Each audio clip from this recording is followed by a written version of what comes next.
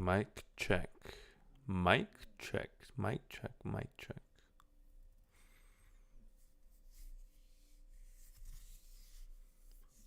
The reason why Theoden, Horsemaster of Rohan, is one of the greatest kings to ever walk Middle Earth is this. In some sense, he was possibly the one most devised against, right? Sauron and Saruman both conspired great plans against him. And in fact, nothing could have been done. Gondor, the supposed fortress of humanity, long since corrupted. Denethor was, for all intents and purposes, waving the white flag. Perchance he wasn't as mind controlled as Theoden was, but one can say that maybe he didn't need to. All he had to do was nothing, and nothing is what he did.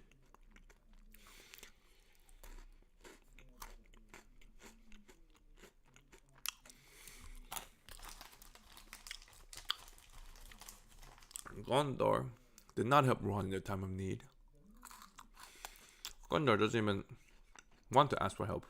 They're tricked. Constantly he is reminded that he is the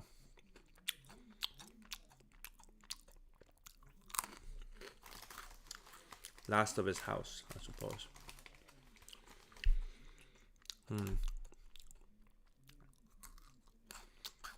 The lesser king, the lesser son of greater sires. But he proves them wrong, right? He proves them wrong. What really bothers me is that there was that interview by the makers of Star Wars, the new ones. They're like, yeah, there are no good and evil in Star Wars. And I'm like, what? And not just because I'm Christian, you understand. It's not because I have some vested interest in morality. It's because of the sheer ignorance of what makes good story. That's what bothers me. Somehow, people have gotten lost. And people think that a good story can just exist in and of itself. But goodness and badness need an ethical system. And they can whine about all they want. They can praise ambiguity all they want. But you understand, without good and evil, you can't be ambiguous. Because ambiguous means to be in the middle. Ambiguous does not mean undefined. It's very hard to write an ambiguous character. In fact, to write an ambiguous character, you need a good grasp of how good and evil works.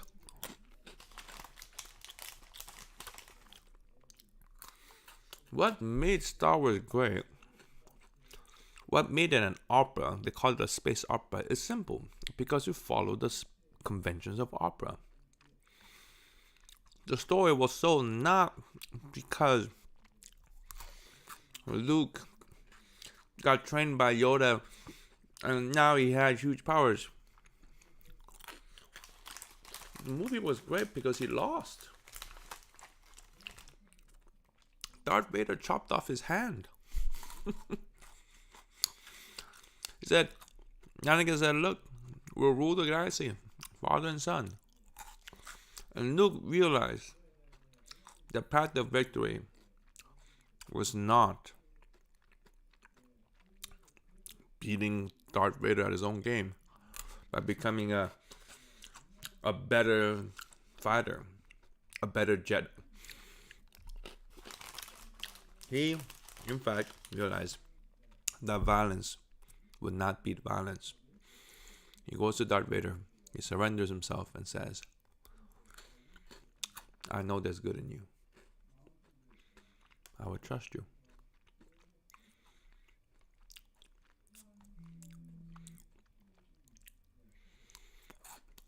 And when the Emperor tempts him, he refuses. And when he's killing him, all he says is Father. He stakes his life on the fact that there is yet still goodness in Darth Vader. Darth Vader, the most evil villain. And it is that trust that saves the galaxy. It is an opera. Star Wars is great because they had a very firm grasp of what is good and what is evil. It's not because they were wearing uniforms or whatever. It's because forgiveness. It's because trust. It's because a willingness to believe the greatest good you can out of someone else that you have every reason to believe the worst of. Not the Force, not lightsabers, not gunships, not the Death Star, but forgiveness and trust is what saved the galaxy. That's what made Star Wars great.